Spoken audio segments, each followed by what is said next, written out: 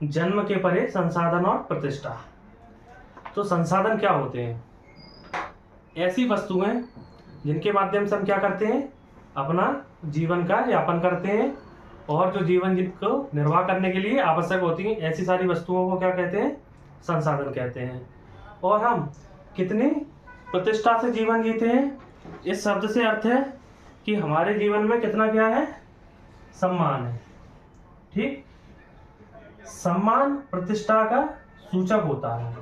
ठीक, यह प्रतिष्ठा जो शब्द है वह किसका सूचक है, सम्मान का। जैसे हमारे प्रति लोगों के क्या विचार हैं, हमारे प्रति लोगों के क्या विचार हैं, हमारी बात कितने लोग दक्षता से मानते हैं, और हमारे क्या अधिकार हैं। जब यह सारी चीजें एक रूप में सम्मान के साथ मिलती हैं तो वो किसकी ओर इशारा करती हैं, प्रतिष्ठा की। जैसे कोई एक प्रतिष्ठित व्यक्ति है तो वह क्या करेगा, सम्मानित व्यक्ति होगा, उसके प्रति जो जनता है वो क्या अच्छे विचार रखेगी, वह दक्षता पूर्वक अपने कार्यों को करवा सकेगा और लोगों पर अधिकार भी कर सकेगा। तो इस जो पाठ है, यह पाठ किससे संबंधित है, यह याद रखना पड़ेगा, महाभारत से रिलेटेड यह पाठ है। और इसमें महाभारत के साथ साथ एक और चीज क्या है, वह है मनुस्मृति। ठीक, मनुस्मृति क्या है, तो मनुस्मृति को पहले समझेंगे कि मनुस्मृति एक ऐसा ग्रंथ है जिसके हिसाब से पुराने जमाने में हिंदू या सनातन की परंपराएं, ये सनातनी समाज चलता रहा है। तो यह है मनुस्मृति। तो मनुस्मृति और महाभारत के कॉन्टेक्स्ट में प्रतिष्ठा और सम्मान और संसाधन क्या थे, उनके बारे में हम समझेंगे। ठीक, तो हम अपने पाठ में देखेंगे कि पहले क्या दिया गया है कि बहुत सारे जो वर्ग निकल के आए हैं, भूमिहीन, खेतिहर मजदूर, शिकारी, मछुआरे, शिल्पकार, पशुपालक, इन जो सारे वर्ग हैं इनका क्या देखेंगे हम, समाज में क्या प्रतिष्ठा रही है। दूसरा हम क्या देखेंगे कि संपत्ति पर पुरुष और महिला का अधिकार। ठीक, इस जो हेडिंग है इसमें क्या है, संपत्ति पर अधिकार। ठीक, और अधिकार किसका, पुरुष का या फिर महिला का। ठीक, तो ये दो चीजें हम देखेंगे कि किसका कैसा अधिकार। तो देखो, पुराने जमाने में जो पुरुष होते थे, समाज कैसा था, पितृसत्तात्मक समाज था। तो जो संसाधनों पर, किसके संसाधनों पर, घर के संसाधनों पर किसका अधिकार होता था, पुरुष का सामान्य रूप से अधिकार होता था, और महिला का अधिकार इस मामले में शून्य के बराबर था। ठीक, और महिला का अधिकार कहाँ होता था, उसकी पति की संपत्ति पर। ठीक, कहाँ होता था, उसकी पति की संपत्ति पर। ठीक, तो इतनी सी बात हमने देखी। अब इस चैप्टर में क्या दिया गया है कि अब हम महाभारत के एक महत्वपूर्ण प्रकरण पर विचार करेंगे। कौन सा प्रकरण, जब क्या होता है महाभारत में पांडव और कौरवों के बीच में, पांडव और कौरवों के बीच में क्या होता है, एक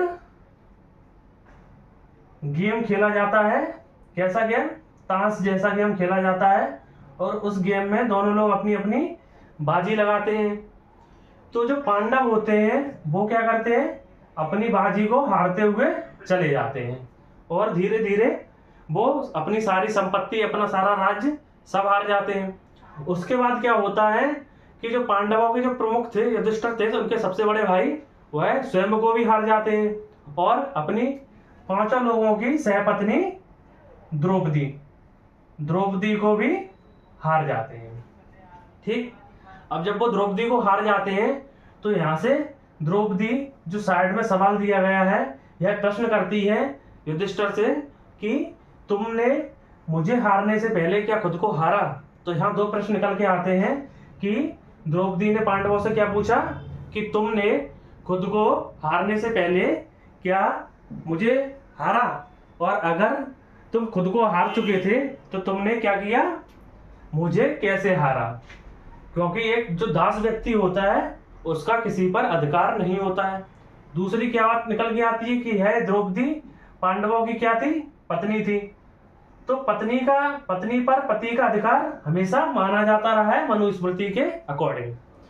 तो मनुस्मृति में यह बात बताई गई है, जब द्रौपदी ने यह सवाल किया कि क्या तुमने जब मुझे हारा तो स्वयं को हारा था, तो इस पर युधिष्ठिर ने जो जवाब दिए उसके हिसाब से युधिष्ठिर ने कहा हाँ, और क्या निकला कि पत्नी पर पति का अधिकार हमेशा होता है, तो वह ऐसा कार्य कर सकते थे। तो यहाँ से हमें एक चीज और पता चलती है कि संपत्ति पर किसका अधिकार होता था, अधिकतर पुरुषों का अधिकार होता था, और स्त्री का किस पर अधिकार होता था, पति द्वारा जो क्या दी जाती थी, वस्तुएं दी जाती थी, उस पर पत्नी का अधिकार होता था। इतना हमने देखा। दूसरा हमने देखा कि इसमें एक क्या बात मिलती है कि धनाढ्य बकाटक की जो महिषी थी, जो हमने पिछली वाले चैप्टर में पढ़ा था, क्या नाम था उनका, प्रभावती गुप्त। तो उन्होंने दंतुन की जो हमने कथा सुनी थी, जो उन्होंने दान में दी थी, तो उससे हम क्या देखेंगे कि कैसी महिलाएं, जो धनाढ्य वर्ग की महिलाएं थी, जो राजकुमारियां थी, वह संपत्ति पर कुछ हद तक अधिकार रखती थी, किंतु एक जो सामान्य स्त्री है, एक जो सामान्य औरत है, उसका अधिकार इस संपत्ति पर नहीं था।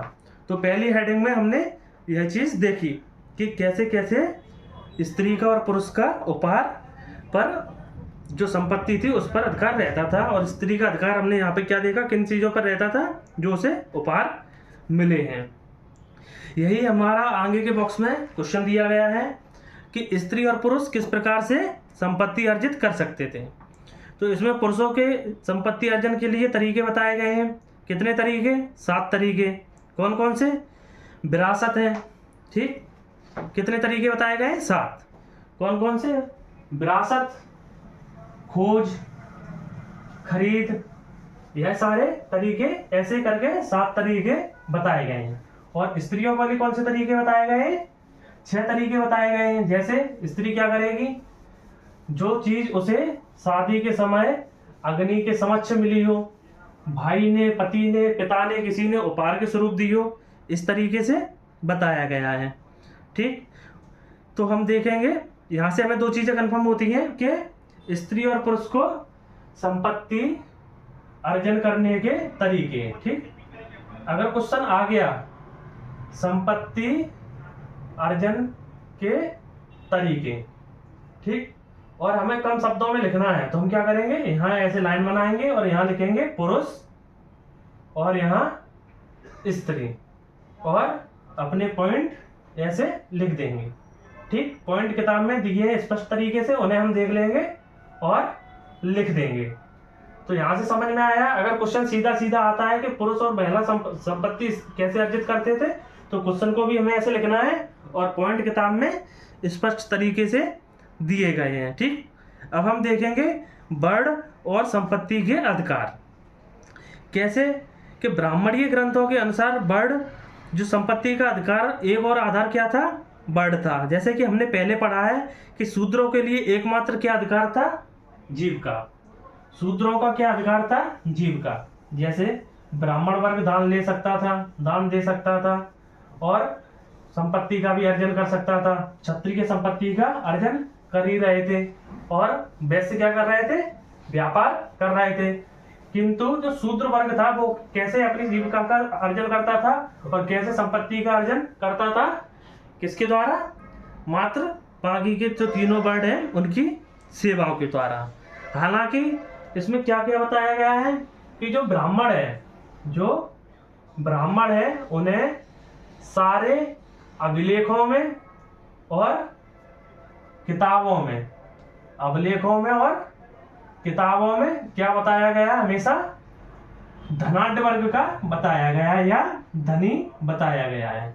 और धनी ब्राह्मण के अलावा और कौन बताया गया है, क्षत्रिय जो राजा होता था उसे भी धनाढ्य बताया गया है, और वैश्य को भी बताया गया है। किंतु शूद्र को हमेशा किस तरीके से दिखाया गया है, निर्धन।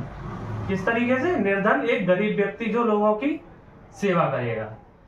किंतु कई सारे ऐसे अपन को ग्रंथ भी मिल जाएंगे जहां एक आदि ब्राह्मण को गरीब रूप से चित्रित कर दिया गया है, किंतु अधिकांश तरीके से जो ब्राह्मण वर्ग है, जो क्षत्रिय वर्ग है और जो वैश्य वर्ग है उसको धनाढ़ वर्ग के रूप में बताया गया है और शूद्र को निर्धन वर्ग के रूप में बताया गया है।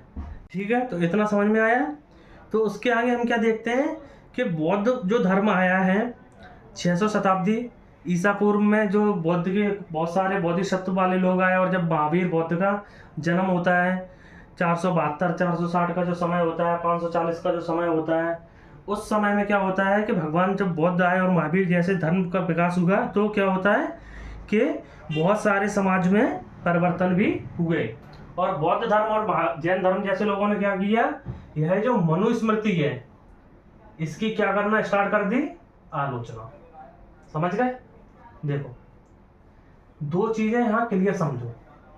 महाभारत के बारे में हमने अपने पहले लेक्चर में समझा, मनुस्मृति एक ऐसा ग्रंथ था जिसके हिसाब से हिंदू रीति रिवाजों को चलाया जा रहा था और आलोचना का मतलब होता है किसी की बुराई करना है, किसी चीज में कमी निकालना। तो जब बौद्ध और जैन धर्म जैसे धर्म आए 6ठी शताब्दी ईसा पूर्व, इन धर्मों का उद्भव हुआ और विकास हुआ, तो इन्होंने क्या कहा कि यह जो धर्म है, यह जो जीविकोपार्जन का तरीका है वह कैसा है, गलत है। कैसे गलत है कि मनुस्मृति जैसे ग्रंथों में क्या कहा गया कि वैश्य क्या नहीं कर सकते, ब्याज पे पैसा नहीं दे सकते, यह सारी चीजें बताई गई जो कि गलत है। तो इनने आलोचना की क्यों नहीं दे सकते। दूसरा, इनमें क्या बताया गया है कि बलि देनी चाहिए, ठीक, बलि देनी चाहिए, और इनने क्या कहा, बौद्ध और जैन धर्म के बलि देना गलत है। तो इस तरीके से बौद्ध और जैन धर्म के जो उद्भव के कारण हैं वही इसकी कमियां हैं। जैसे हम एक टीचर से पढ़ रहे हैं और उसमें जो कमियां होंगी कि वो अच्छे से नहीं समझाता है, बोर्ड पर नहीं लिखाता है, क्वेश्चन आंसर नहीं लिखाता है या पेपर में संभावित प्रश्न नहीं बताता है, तो उसकी अगर कमियां कोई दूसरा टीचर अगर पूर्ति करेगा तो वह टीचर अपने आप अच्छा कार्य करेगा और वह लोगों के सामने आएगा। तो बौद्ध और जैन धर्म उन्हीं वजह से खड़े हुए जो मनुस्मृति की आलोचनाएं थी। तो इतना हमने देखा, तो उन्होंने क्या किया, इस चीज की आलोचना करना स्टार्ट कर दी कि कोई एक वर्ग ही क्यों हमेशा पैसे वाला बनता रहेगा, इस तरीके की उन्होंने बात कही। फिर एक कहानी हमें मिलती है पाली भाषा का जो बौद्ध ग्रंथ है मध्यम निकाय, उसमें एक राजा की कहानी है अवंतीपुत्र की, और बुद्ध का एक अनुयायी था, अनुयायी मतलब शिष्य कच्चन। उनके बीच में जब वाद विवाद होता है तो वो क्या पूछता है, वो यह पूछता है अवंती राजा कि क्या यह सही है कि शूद्र वर्ग भी कभी सम्मानित व्यक्ति हो सकता है, एक धनाढ़ शूद्र वर्ग। तो उसमें कच्चन क्या कहते हैं कि आप हमें एक चीज का जवाब दीजिए, अगर शूद्र के पास पैसा होता तो क्या वह अपनी लाइफ ब्राह्मण क्षत्रिय और वैश्य की तरह जी सकता था। इस पे राजा कहता है कि बिल्कुल, वह बाकी शूद्रों को क्या कर सकता था, अपनी सेवा में रख सकता था और कुछ वैश्य वर्ग को भी अपनी सेवा में सेवक के रूप से रख सकता था और वह इनकी लाइफ ऐसी कर सकता था।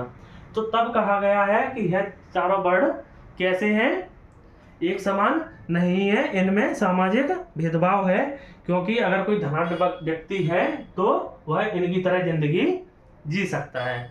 तो यहाँ तक हमने ये वाली चीज देखी, ये वाली हम कहानी पूरा पढ़ लेंगे। उसके बाद हम देखेंगे एक वैकल्पिक सामाजिक रूपरेखा, संपत्ति में भागीदारी। अभी तक हम उन परिस्थितियों का परीक्षण करते रहे हैं जहाँ लोग अपनी संपत्ति के आधार पर सामाजिक प्रतिष्ठा का दावा करते थे या फिर उन्हें वह स्थिति प्रदान की जाती थी, किंतु समाज में अन्य संभावनाएं भी थीं जहाँ एक दानशील आदमी का क्या किया जाता था, सम्मान किया जाता था, जो दान देता था व्यक्ति, और कृपण मतलब लोभी, तो लोभी व्यक्ति का क्या किया जाता था, उसके प्रति घृणा का भाव रखा जाता था कि यह व्यक्ति दान और दक्षिणा जैसे काम नहीं करता है। और इसका हमें क्या मिलता है, प्राचीन जो तमिलकम था, केरल तमिलनाडु वाला हिस्सा, जो हमने पिछले चैप्टर में पढ़ा था, उसमें ग्रंथों में हमें यह बात भी मिलती है कि इस क्षेत्र में 2000 वर्ष पहले अनेक सरदारियां थीं। यह सरदार अपनी प्रशंसा गाने वाले कवियों को आश्रय देते थे और वह सारे कार्य करते थे, और समाज में धनी और निर्धन के बीच में विषमताएं थी यह भी बताते थे। तो निर्धन और दानी जो सरदार था, इसमें आगे जो टॉपिक दिया गया है निर्धन और दानी सरदार, उसके बारे में भी बताया गया है एक ग्रंथ है पुरनारुरु, तो उसमें बताया गया है कि एक जो सेवक है वह अपने किसकी, वह अपने सरदार की कैसे क्या कर रहा है, तारीफें कर रहा है कि हमारे सरदार बहुत दानी हैं, और अगर तुम भूखे हो और तुम गरीब हो तो हमारे साथ, हमारे सरदार के साथ चलो, सरदार के समक्ष चलो, उसके पास चलो और उससे कहना कि हम गरीब हैं, और अपनी जब तुम उसे पसलियाँ दिखाओगे तो वह क्या बोलेगा, एक तुम्हें लोहे का भाला देगा और तुमसे युद्ध लड़वाएगा या कुछ कार्य करेगा और तुम्हें खाने के लिए देगा। तो यह सारी चीजें इसमें बताई गई हैं। तो हेडिंग 4 को अगर हम कंक्लूजन में लें, सारांशतः समझे तो यह है कि जन्म के परे संसाधन और प्रतिष्ठा, क्योंकि जो बर्ड व्यवस्था थी वह कैसी थी, जन्म होते ही शुरुआत हो जाती थी। तो चारों जो बर्ड थे वह कैसी कैसी संपत्ति का धारण करते थे, और वह सारी चीजें बताई गई हैं।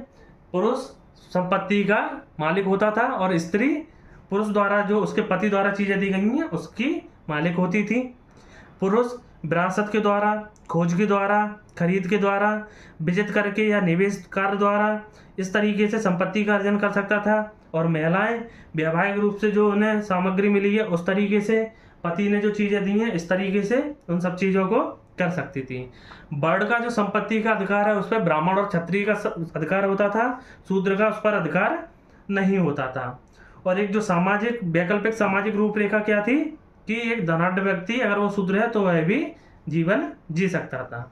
अब हम देखेंगे हेडिंग 5, सामाजिक विषमताओं की व्याख्या।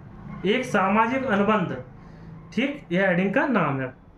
बौद्ध ने समाज में फैली विषमताओं के संदर्भ में एक अलग अवधारणा प्रस्तुत की, साथ ही समाज में फैली अंतर्विरोधों को नियमित करने के लिए जिन संस्थानों की आवश्यकता थी उस पर भी अपना दृष्टिकोण रखा। जो बौद्ध धर्म आता है वह इन सारी चीजों पर अपना दृष्टिकोण रखता है। अब हम किताब में देखेंगे कि सुत्त पिटक नामक ग्रंथ में एक मिथक वर्णित है। मिथक का अर्थ होता है झूठ या अफवाह या कहावत, ठीक। और सुत्त पिटक क्या है, बौद्ध जो धर्म है उसका एक ग्रंथ है, जैसे हिंदू धर्म का ग्रंथ माना जाता रहा मनुस्मृति। तो सुत्त पिटक में क्या बोलती है कि प्रारंभ में मानव पूर्णतः विकसित नहीं थे, वनस्पति जगत भी अविकसित था, और जब प्रारंभ में मानव विकसित नहीं थे और वनस्पति भी अविकसित थी तो क्या होता था, मानव प्रकृति से उतनी ही चीजें लेता था जितनी उसे आवश्यक है। किंतु जब धीरे धीरे मानव का विकास हुआ और एक ऐसी व्यवस्था बनी जिसमें क्या कहा गया कि जो व्यक्ति है वह समाज की रक्षा करेगा और सभी लोग मिलकर उसे दान और दक्षिणा देंगे। ऐसे ही राजत्व का सिद्धांत आया, वह व्यक्ति को हम राजा कहने लगे, और जो लोग दान और कर चीज दे रहे थे वह प्रजा में बदल गई, और धीरे धीरे क्या होता है, सामाजिक विषमताओं का यहाँ से प्रारंभ हो जाता है, और वह व्यक्ति क्या करने लगता है, उन सारी चीजों पर अधिकार जमाने लगता है। इससे यह ज्ञात होता है कि राजा का पद लोगों द्वारा चुने जाने पर निर्भर करता था। पहले कर वह मूल्य था जो लोग राजा की सेवा में देते थे, ठीक। और अगर हम आज चाहें तो इसमें क्या होता है, एक ऐसी प्रणाली बना सकते हैं जहां एक ऐसा व्यक्ति शासन करे जो क्या करे, जो दंडित करने योग्य व्यक्ति है उन्हें दंडित करे, और जो अच्छे व्यक्ति हैं उन्हें अच्छे कार्य करने के लिए समर्पित करे।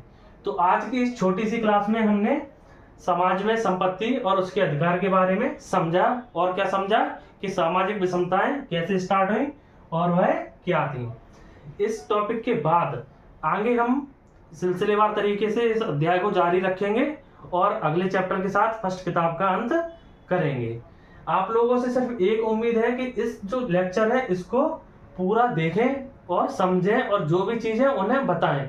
सुधार की आवश्यकता बराबर बनी रहेगी और सुधार किया जाता रहेगा। ओके, जय हिंद।